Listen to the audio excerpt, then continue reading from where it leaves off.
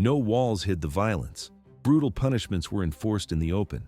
The city stadium became a stage everyone could see. Why such visibility? To maximize terror. The footage shows thousands of spectators watching in silence. This act marked an entire generation of Afghan women. It wasn't just a physical blow, it was a psychological one. At first glance, justice, but in reality, intimidation. The fear still haunts the country today. 1975. In the archival footage, the streets of Kabul look unrecognizable. Women walked through Herat and Mazar-e-Sharif without fear. They did not lower their gaze. They carried briefcases and textbooks. Kabul University was full. Thousands of female students packed the lecture halls. They studied medicine, memorized law statutes, and analyzed literature. In the city hospitals, patients specifically asked for female doctors. In the banks, women managed the ledgers. It was a functioning society. The camera records, girls with backpacks walking to school, the wind catching their uncovered hair. Weekends meant picnics at the lakes. Families laughed in public gardens. Radios blasted pop music. Cinemas screened foreign films. The atmosphere was light, but the clock ran out. December 1979. The Soviet invasion began. The rumble of tank treads replaced the music. The war didn't just break buildings, it broke the timeline. 1 million Afghans died over the next 10 years. Why did the violence escalate? The invaders faced a fierce resistance, but the cities paid the price. Neighborhoods turned into rubble, families left their homes with nothing but the clothes on their backs. They fled to Pakistan and Iran. At first glance, the Soviet withdrawal in 1989 was a victory. But in reality, it was the start of a civil war. The militias turned on each other. From 1992 to 1994, Kabul became a kill zone. Rockets struck blindly. They hit markets, they hit buses, they hit homes. There was no warning siren, just the impact. Women disappeared from the streets. The freedoms of the 70s dissolved into fear. The population was exhausted. They didn't want democracy anymore. They wanted order. In 1994, a new group emerged near Kandahar. They promised to stop the warlords. They promised to clean the streets. They called themselves the Taliban. 1994. That was the year the landscape changed forever near Kandahar. A new force emerged from the dust. Their leader, Mullah Omar, was a scarred veteran. He had lost an eye fighting the Soviets, but he commanded absolute loyalty. His early recruits were young men. Most had grown up in refugee camps across the border. They studied in schools where the curriculum was narrow. Only religious texts mattered. They were disciplined, strict, and ready to enforce their own law. Why did the villagers welcome them? It seemed dangerous to trust an armed militia, but the people were exhausted. Southern Afghanistan was plagued by chaos.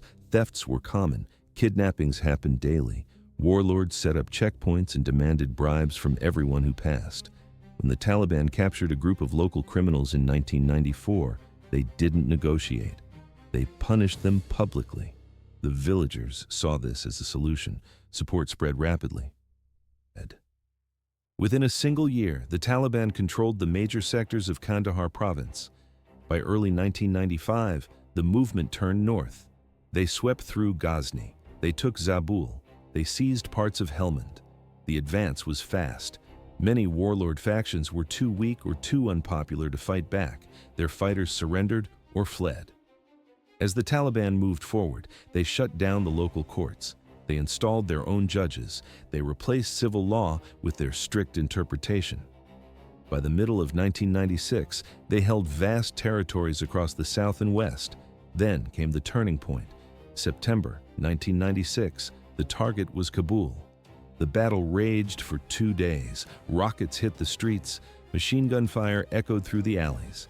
Then the resistance broke. Government leaders fled the capital. The Taliban marched into the city and announced the Islamic Emirate of Afghanistan. Life changed instantly. Orders were broadcast over the radio. Women were told to leave their offices. Female doctors were sent home from hospitals. Teachers were banned from schools. The doors to girls' classrooms were chained shut within the first few weeks. Clothing rules became rigid. Leaving the house without a male relative was no longer just discouraged. It was dangerous. Music cassettes were ripped from cars, televisions were smashed, movie theaters went dark. At first glance, these seemed like temporary wartime warnings, but in reality, it was the foundation of a permanent prison. Some residents thought the regime would soften. They believed time would bring moderation. They were wrong. As the Taliban became more organized, the enforcement moved into the open. They punished anyone who broke even the smallest restriction. And this was the moment when fear became real. Ghazi Stadium. It was built for football matches. Now it became a theater of punishment. Later, the larger Kabul sports stadium was used as well. The locations were chosen for their capacity. The Taliban wanted thousands of eyes on the field. They wanted everyone to witness the consequences. Women were dragged into these stadiums. The accusations were often trivial. One woman was detained for walking outside without a guardian. Another was punished because her shoes made noise on the pavement. The religious police claimed the clicking sound was too loud. A teacher tried to return to her classroom, hoping to work. She was arrested instead. Each case was different, but the message was the same. Under this system, women had no right to move, work, or act independently. The footage shows fighters standing ready with instruments of pain. They carried thick cables. They held leather whips. The number of lashes depended on the specific judge. Sometimes it was 10, sometimes it went beyond 30. The sound of the whip cracking against the body was audible in the stands. People in Kabul had never seen such brutality displayed so openly. The psychological impact was immediate. Women who once walked to work with confidence now stayed behind locked doors for days. Families were terrified. They refused to let their daughters leave the house, even for food or medicine. Hospitals struggled to function. Experienced female staff had vanished overnight. There was no turning back. These early punishments taught the Taliban a lesson. Public fear was effective. It made the city easy to control. This confidence led them to push harder. They created a system that would only grow more severe in the years that followed. Thus began an era of silence. 1997 marked the absolute shift.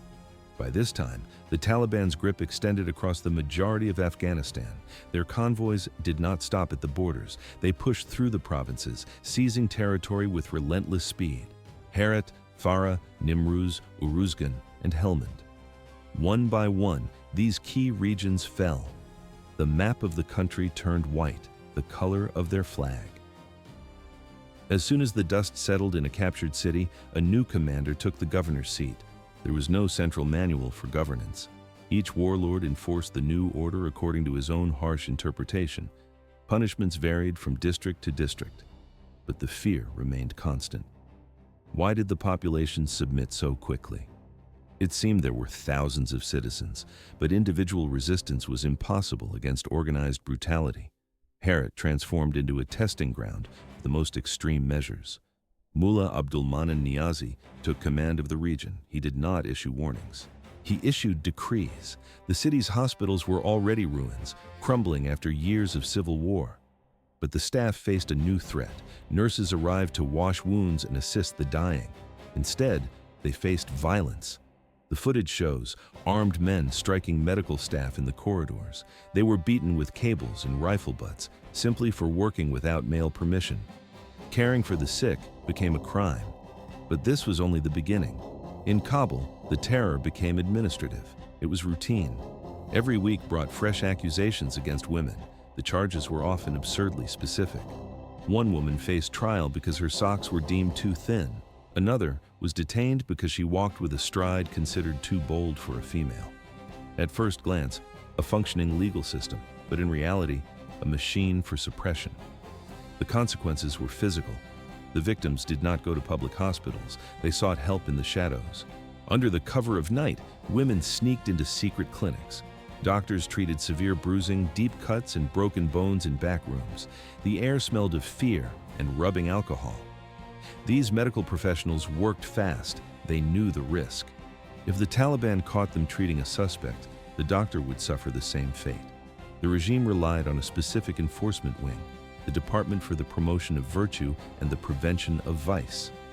In the frame, officers walking through the bazaar with long wooden sticks tucked under their arms. They occupied the street corners. They watched every movement. They were ready to interrogate any woman who drew attention. The intimidation worked. It penetrated the walls of private homes. Windows were no longer sources of light, they were liabilities. Families nailed heavy blankets and curtains over the glass to block the view from the street. Daughters were forbidden from stepping into the sunlight. A normal life was not just suspended, it was erased. August 1998. The northern stronghold of Mazar-e-Sharif collapsed. It wasn't a peaceful transfer of power. Street battles raged for days, turning a bustling city of hundreds of thousands into a war zone. Mortar shells hit residential blocks. When the smoke finally cleared in August, the silence was heavy. Normal life didn't just fade, it was extinguished. Why was the crackdown so sudden? Residents expected a transition period, but the new rulers wanted an immediate reset. Women who held power, professors at Balkh University, lawyers in the city courts, government clerks, were fired within 48 hours. They packed their boxes and went home. They never returned. Girls' schools slammed their doors shut overnight. Thousands of students were left staring at locked gates with nowhere to go. The terror followed them inside. Fighters conducted house-to-house searches, kicking down doors to look for contraband. Even the space right outside a home was dangerous. Women caught standing on their own porches without a male escort were beaten on the spot. The city's geography changed. Chaharsu Square and the grounds around the famous Blue Mosque became theaters of violence. The footage shows crowds gathering in the open air. They are not there to pray. They are there to watch. Lashes struck bare skin in broad daylight. Men returned from the market pale and shaking, traumatized by what they had witnessed. In Kabul, the scale was even larger. The sports stadium became the central execution ground. Thousands of spectators filled the stands. Attendance wasn't voluntary. Armed guards forced people off the streets and into the seats. They were expected to watch. One case remains infamous. A woman, barely in her 20s, was dragged to the center of the soccer field. The accusation was adultery. The punishment was absolute. The violence was so extreme that even hardened Taliban supporters later admitted to being disturbed. But their discomfort changed nothing. The machine kept running. To the west, in Herat, the resistance went underground. At first glance, a simple sewing circle, but in reality, a secret school. Women were arrested for sewing clothes deemed unacceptable by the regime. Others were caught hiding textbooks under fabric scraps, trying to keep education alive in basements. When patrols discovered these groups, the response was harsh. The teachers were dragged out and punished publicly to send a message. But this was only the beginning. By 1999, the map was almost entirely white. The Taliban controlled everything except a few pockets of resistance in the north. With total dominance, the rules tightened. The time for warnings was over. In Jalalabad, commanders obsessed over details. They inspected women's clothing on the street. If a covering was an inch too short or the fabric was too thin, the woman was stopped. There was no court hearing. The punishment happened on the pavement. The Department for the Promotion of Virtue grew more aggressive. They stopped waiting at checkpoints. Officers invaded private homes without notice. They searched for televisions, cassettes, or books.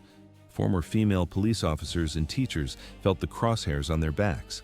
Local spies watched their movements constantly. The regime didn't just see them as rule breakers, they saw them as living symbols of the past, and that past had to be erased. The year 2000 marked a descent into absolute darkness. A merciless drought scorched the Afghan earth. It spread across the northern provinces of Badghis, Ghor, and Faryab like a plague. 3 million people faced immediate starvation. The footage shows cracked earth stretching to the horizon where wheat once grew. Farmers looked at their fields. They saw only dust. Livestock collapsed and died on the parched ground. But nature was not the only enemy. Women, already erased from public life, took the hardest blow. They had no income. They had no freedom of movement. Simple tasks turned into life or death missions. Why did they risk their lives? The law forbade them from working. But the fear of seeing their children starve was stronger than the fear of the lash. Women took desperate measures. Some slipped out at dawn. They covered their faces and walked miles to fetch water from public wells. Others baked bread or sewed clothes in secret to sell to neighbors. They moved like shadows. But the Taliban patrols were everywhere. Officers cruised the streets in pickup trucks, scanning for any violation. They did not see the drought as a tragedy. They saw it as a reason to tighten their grip. At first glance, a quiet village street. But in reality, a surveillance zone. Any woman caught outside without a male escort faced immediate justice. The police stopped them on the spot. It did not matter if they were buying food. It did not matter if they were dying of thirst. Events accelerated. In Kandahar, a group of women tried to work as tailors from their homes. They needed money for flour. Local commanders received a tip. They raided the houses. The logic was brutal. Any work by a woman was an act of disobedience. The punishment was swift. In Herat, the resistance was quieter, but just as dangerous. A small group gathered in a private home for literacy lessons. They hoped education would help them navigate the crisis. But secrets are hard to keep. Officers kicked down the door. They dragged the women out. The beating was public. It was a signal to every family in the district. In Kabul, a former female doctor made a fatal mistake. She treated a sick child in her living room because the family could not afford to travel to a clinic. The authorities found her medical bag. They punished her for practicing without a permit. Compassion was a crime. It got worse. Inside the Taliban leadership, tension began to boil. Disagreements fractured the high command. Some leaders argued that the drought required mercy. They feared that starving people would eventually revolt. They warned that the cruelty was pushing communities to the breaking point. But the hardliners pushed back. They viewed the drought as a divine test. To them, the solution was not food, but stricter discipline. The extremists overruled the pragmatists. The beatings increased, the restrictions tightened. Families realized there was no future left. They packed what little they owned. A mass exodus began toward the borders of Pakistan and Iran. The camera records, lines of refugees trudging through the sand. Villages stood empty. The wind blew through abandoned houses. Despair swallowed the country whole. And then came the year that changed everything. September 11th, 2001. That morning changed the map of the world. The shockwave from the attacks in the United States reached Afghanistan instantly. Washington demanded answers. The pressure on the Taliban became crushing. Within weeks, the airstrikes began. The ground shook. By mid-October, the regime's grip loosened. They started losing major cities one by one. Kadat fell first in early November. November 13th, Kabul was taken. December brought the surrender of Kandahar, the spiritual home of the movement. A system built over 5 harsh years evaporated in just a few weeks. But the transition was violent. Chaos ruled the streets. Fighters did not just retreat. They burned files. They destroyed hard drives. Smoke rose from government buildings as the archives turned to ash.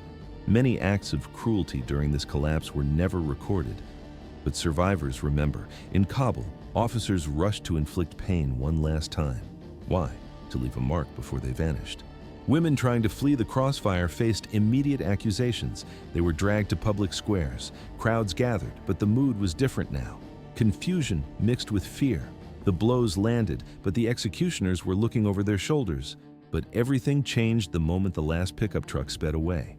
For the first time in years, women stepped out without male guardians. They walked into the sunlight. Girls pushed open the rusted gates of schools. Classrooms, locked for half a decade, filled with voices. Government offices unlocked their doors and hired female staff. By 2002, the transformation was physical. Women returned to hospitals. They sat in law offices. They managed public administration files. From 2002 to 2020, the country lived in 2 dimensions. At first glance, a rebuilding nation, but in reality, a dormant war.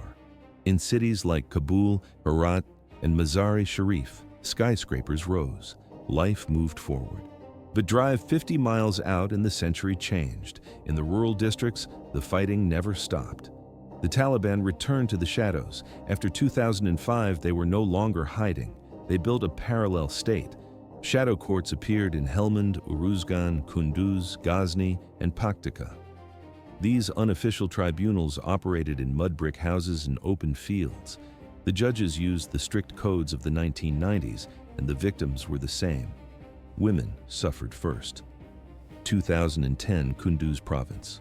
A woman spoke to a man who was not her relative. The verdict was swift punishment, 2012, Parwan. An accusation regarding marriage led to a public execution, 2015, Badakhshan. A woman tried to escape an abusive husband. The local fighters did not protect her. They punished her. The footage shows men standing in circles, rifles in hand, watching justice being dispensed in the dirt. These were not isolated incidents. They were signals. The world believed the darkest chapter was finished. But for the women in these villages, the calendar had turned back. The past had returned. August 15th, 2021. The countdown ended. Taliban fighters entered Kabul, their motorcycles and pickup trucks flooding the capital's intersections.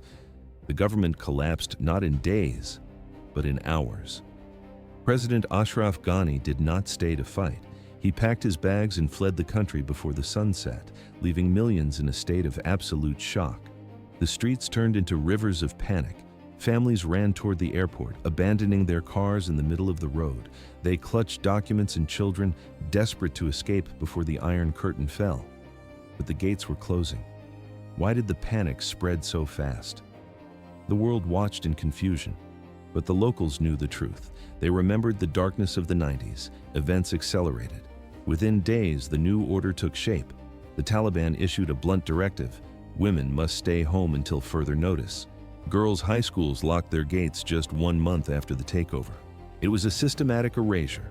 Women who anchored society, journalists, bankers, ministry officials, aid workers, were sent into the shadows. 20 years of progress evaporated in an instant. The footage shows empty chairs in newsrooms and deserted university halls. Only men remain in the frame. At first glance, a reformed movement seeking legitimacy. But in reality, the same old terror waiting for the cameras to turn off. The leadership promised the world that public punishments were history. But these claims were a smokescreen. On the streets, the patrols returned. Commanders inspected clothing. They questioned women walking alone. The suffocating atmosphere of the past settled over the cities again. There was no turning back. The physical violence restarted quietly, away from the headlines. December 2021. Gore Province. Local officials detained several women. The charge was moral crimes, a label vague enough to cover anything. There were no lawyers, no defense. Families who tried to intervene received a simple warning: stay silent. In January 2022, the venue changed. In Kandahar, punishments moved inside a large mosque after Friday prayers. Guards locked the doors. The congregation was ordered to watch the lashings. In March, in Takhar province, a woman faced the whip for allegedly violating marriage rules. Each strike reminded the country that the system had returned exactly as feared. Then came the official seal. The supreme leader, Hibatullah Akhundzada, ended the ambiguity.